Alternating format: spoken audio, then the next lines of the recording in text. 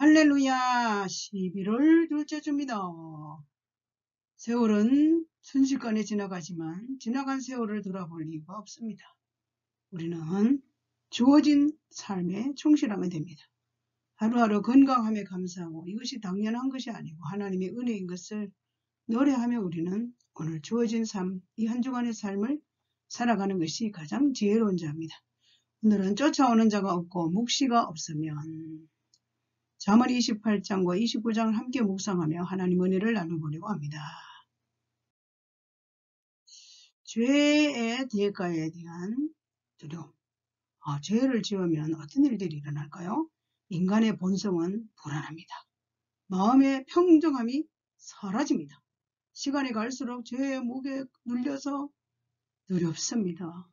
그리고 결국은 드러나게 되겠습니다. 이건 인간의 본성입니다. 하나님께서 인간의 본성, 즉 양심의 가책을 주기 때문에 죄를 지으면 늘 두렵고 평안이 없기 때문에 우리는 죄악 속에 살지 않고 하나님의 말씀 앞에 우리 자신들을 점검하며 사는 것이 가장 멋있는 인생을 사는 것입니다. 할렐루야. 악인은 쫓아오는 자가 없어도 도망가는 자. 그렇습니다. 경찰들이 사람들이 많이 지나가는 곳에 갑자기 잠깐만요, 거기 서세요. 딱 이렇게 하면 거기에서 도둑을 바로 잡을 수 있답니다.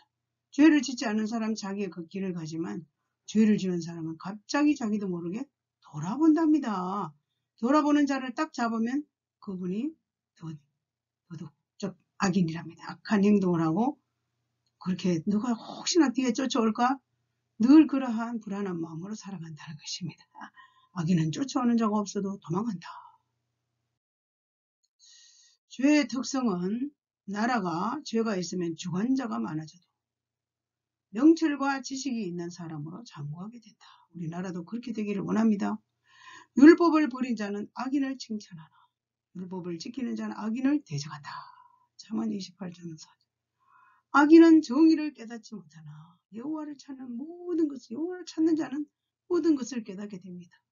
우리는 죄의 특성 앞에 쓰임받는 게 아니라 죄인들을 주께로 인도하고 우리 자신들을 하나님 말씀에 늘 비추어서 정의롭게 여호와를 찾고 모든 것을 알려주시는 성령님의 인도를 받고 하루하루 분초를 믿음으로 승리하며 사는 우리도 죄인이었습니다. 그러나 예수 그리스도 우리 안에 들어오심으로 인하여 의인으로 하나님의 자녀로 전국 백성으로 살아가기 때문에 죄의 특성을 알고 다시는 옛날 죄 짓는 삶을 돌아가서는 안 된다는 것을 설명하고 싶습니다. 중한 별리 이자놀이. 가난한 사람을 불쌍히 여기는 자를 위하여 그 재산을 저축하는 것이다. 사랑하는 여러분, 가난한 자를 도와주고 하는 것이 우리가 저축하는 거예요. 불쌍히 여기는 마음을 저축하는데 어떤 사람들은 자기 가진 것이 너무 많지만 그 많은 것이 만족이 채워지지 않으니까 이자놀이를 해가지고 덩어리 부자 되고 가난한 자를 불쌍히 여기지 않고 돈을 빌려주고 고리대금업자들 얼마나 눈물을 흘리게 합니까?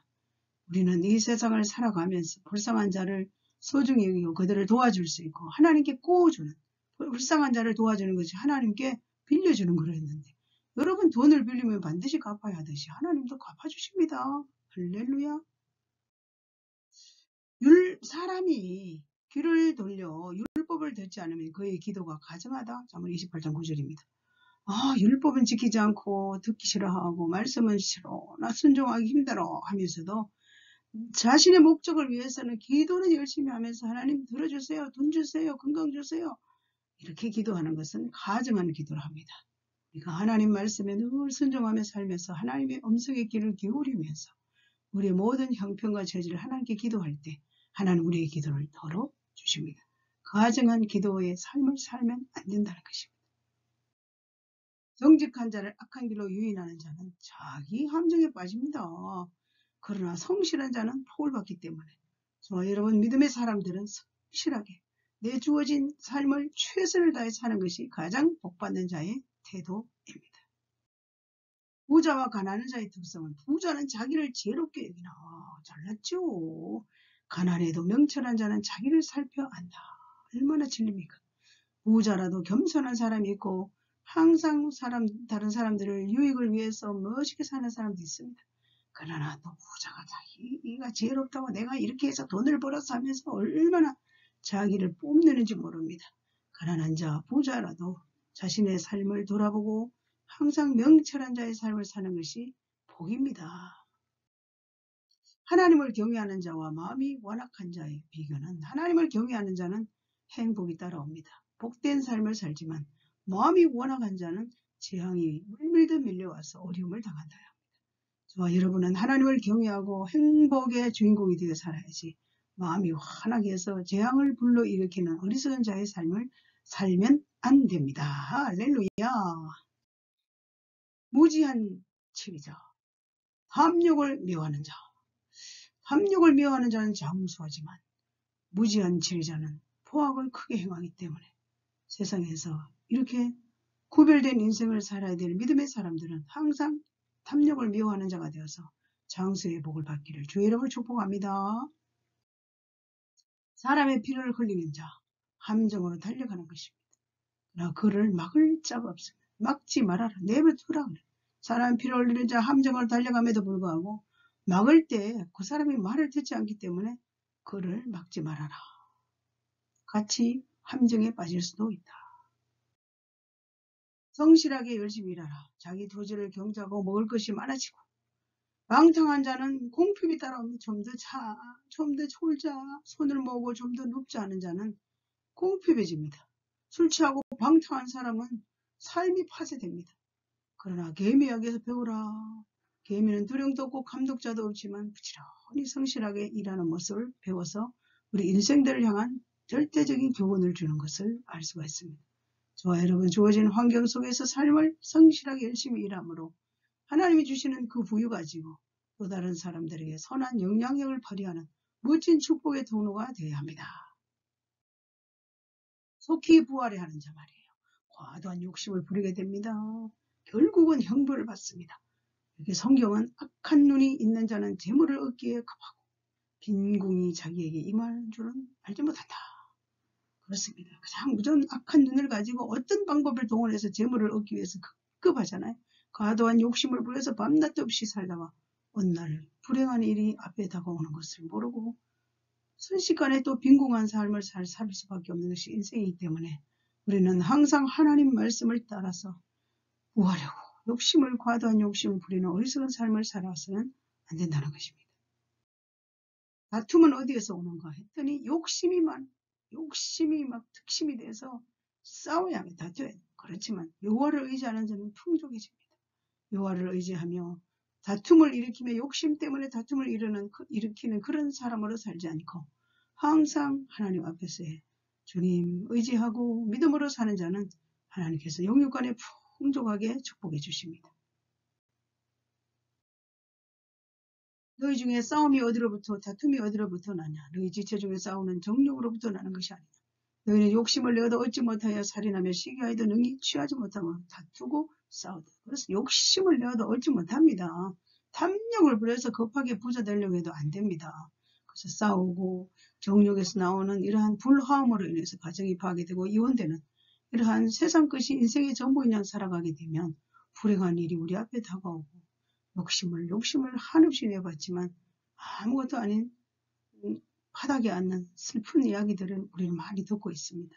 우리는 하나님의 진리의 말씀 따라서 순종하여 살아갈 때 우리의 삶의 모든 영역들을 책임져 주시는, 축복해 주시는 하나님 아버지가, 영혼의 아버지가 저와 여러분의 아버지라는 것을 늘 믿음으로 취하고 행동하고 살아야 합니다.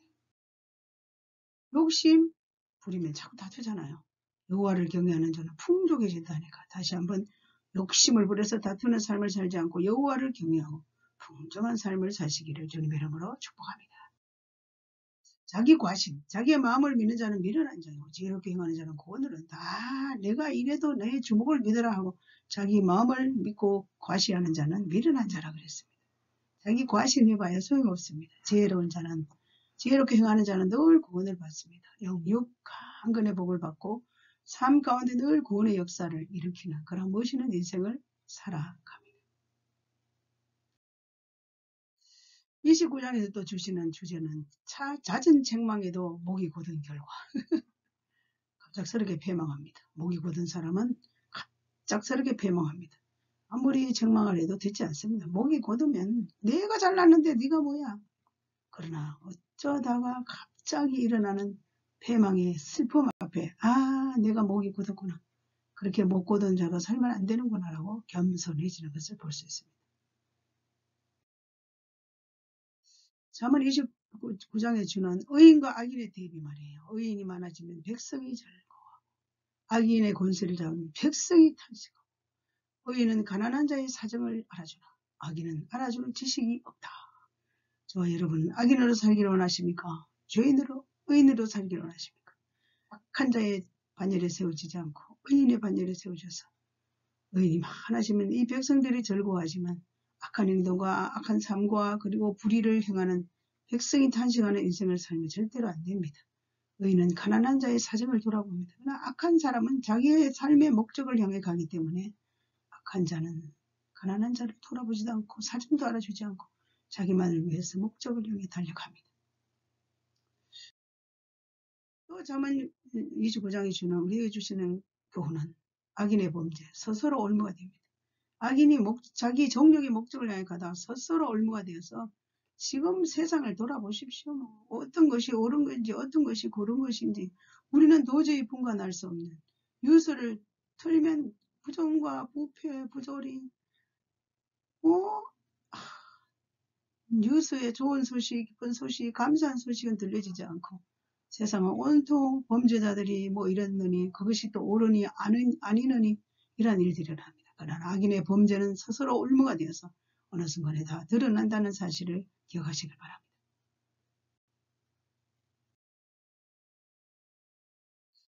주제입니다. 피를 흘리기 좋아하는 자, 정직한 자의 생명을 찾습니다. 피를 흘리기 좋아하는 자는 안 됩니다. 피를 흘리다 보면 자기 자신의 삶에도 파쇄가 오지만 정직한 자는 생명을 찾아다닙니다. 피를 흘리지 못하게 막아서는 자가 됩니다.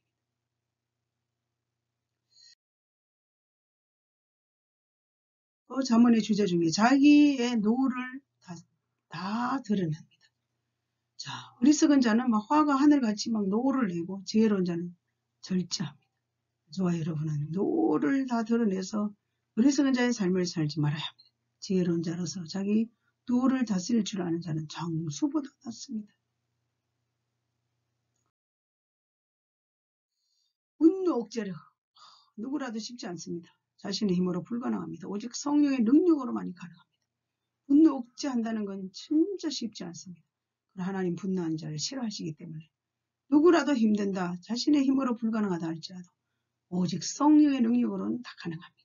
저는 수많은 사람들을 많이 보았고 여전히 우리를 다스리시는 분은 하나님의 성령의 역사라는 사실을 저는 계속해서 주님 오시는 그날까지 제 개인의 종말이 오는 그날까지 전달할 것입니다.